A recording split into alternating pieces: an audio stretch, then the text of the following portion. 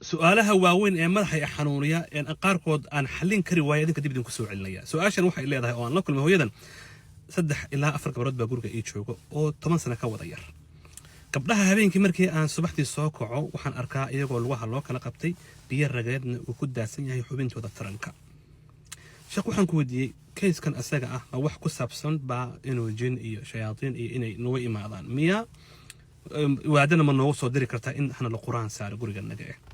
inta markay i weydiisay ballan baan qabsanay investigations bilaabay yaa kula degan baan iri waxay tiri ninka ayaa ila degan wax kale guriga yimaada ma jiro adoo maxaa qabataa subaxdii baan ka lahaa habeenka anigoo daalan baan balaq ah ayaan soo dhacaabay tiri oo horaan ka seexdaa su'aalaha aan weydiiyey waxa kamid ahaa ninka adiga aad wada joogtaan waxyaalaha qaar ku hortoo suspicion ma jiraa wax un ii sheeg maya qof cajiib ay ahayd oo ninkeeda reerkeeda aad u jecel maya markii dambe waxaan ka soo saaray ugu tiri wuxuu daawadaa x waxyaalaha oo mataqaanaayo online laga daawado ee sexiga ayaan ku arkaa soo daawanayta dhowr jeer hore ka sixin waxaan arkay asaga oo sariirta aan kula jeefo korkeeda istimnaa ama biyo seekane waan arkay inta waan hubaa maxaa u qarsoon waxyaalo kale way gadiid kadib waxaan ku ruuxnu baahanahay ciyaalkan in dhakhtar la xiriirsiyo baaritaan lagu sameeyo DNA la qaado investigation la bilaabo social work kiiska soo galaan inta markii aan waxba ka soo weyno kadib ay culimadu eegaysaa waxaan inuu yahay hawlo kale kitaabada iyo quraanka iyo markaas la idin saaraya waxay ugu jawaabtay ceeb uma soo jeedayo kiiskan adiisan ku dhaafin mac salaam aniga yani ceeb kuma dhaqaaqar inta ciyaal qaadan dhow ciyaalkaygii baan uga shakiyay taama samaynayo walaalaha qaaliga walaashay information kan aniga adigu kale kan walaalaha la qaybsanaya waxa laga yaabaa guryaha qaar inuu ka jiro waxaad ogaataan walaalayaal kiisaska noocan oo kale ah ma aha faarax baa xun iyo xaliim baa xun waxyaalaha aad ku orkacsataan qurunka isla lagda waxana waa real case waxyaalo dhaca weeyaan insha Allah ta'ala boqolaal case noocaas ay soo mar laakiin qaar kood baan jeclahay inaan idin la qaybsado bal idinku si tala uga dhiibataan wad aragtaan maraaxisho meesha umadeenu ay marayso waa anaga arkaynay gabdho inta la qalay hilibkoodii bacal lagu guray la karkariyay wad arkayseen marka waxaan wax ka daranba bulshadana way ku dhaqaaqaysaa sidee marka oo gaashaaman karnaa dadka ay ku dhacdane sidee ma taqaanaaye talooyin qaar u heli karayaan weeyaan insha Allah ta'ala hooyada maxaan ku sameeynaa maxaynu ku sameynaa ciyaalka iyaga aniga waxaan iri ciyaalka hadda ka gaarin markii weeradan baa trauma iyo cudurro weyn baa ku dhici doona maxaa yeelay way dhacdaa qurbahan marka la yimaado dad quman oo labisan oo laakiin waalan baa jira dad quman oo shaqo tagaya oo aaba ku dhahayo oo hooyo ku dhahayo laakiin waa hore gudaha aan ugu dhuftay baa jira oo kaniyadii iyo wixii la qaadan lahaana diidan baa jira marka waxaan iri hawsheeda ha dhayalsan insha Allah ta'ala adoo maxaa leeyahay السلام عليكم ورحمة الله وبركاته subxaan allah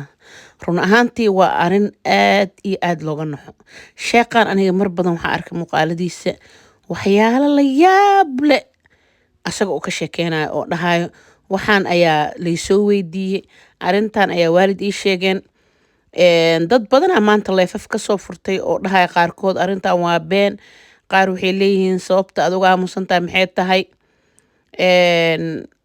horta aniga ahaanteyda daa ra'yigayga ka dhiibto idinkana xoraa u tihiin insha Allah commentiga nagula wadaagi doontiin haddaa ra'yigayga ka dhiibto arintan waa been ma dhihi karno dee culummadu waxay noo soo gudbisay haddaan dhahno waa been yaa rumaysanay marka you know so qofkan waa qof diin ka muuqato wuxuu dhaha arintan waa laysoo sheegay laakiin ani midaan aamini la'ahay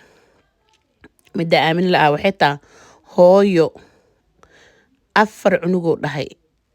oo ka yar 10 sano waa 8 jir ilaa 6 jir aleer waa ilmo caloosha isku banay adiga bay waxay ku aragtay calaamadihii markay ku aragtay waxay iska dhaadhicisay calaamadahan waa calaamado oo jin wa nacuudu billah ay iska dhaadhicisay macnaha sidee bay hooyo iskaga dhaadhicin kartaa taas macquul ma haday taana hooyada naftirkeeda waxay u baahan tahay dhakhtar wuxuu yiri oo kaleeto sheekhi ka dhawaajiyey waa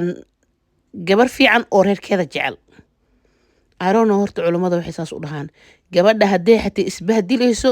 waxaa la leeyahay reerkeeda ay jecesha wareerkeeda ma jeclee waa qof xanuunsan oo cilaaj u baahan ayada qof ilmaheeda intay dhibaato ku aragta dhahayso dowladna ma ahadaayi ma aragta arrinta ani adeer nuga ekaato qofkaas laba mid waaye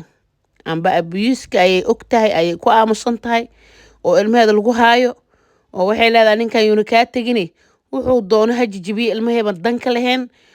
oo asagaas ay nafteeda kusoo koobtay ama qof xanuunsan waayo cilaaj u baahan ma fahante dad waxaa jira dad kale u nool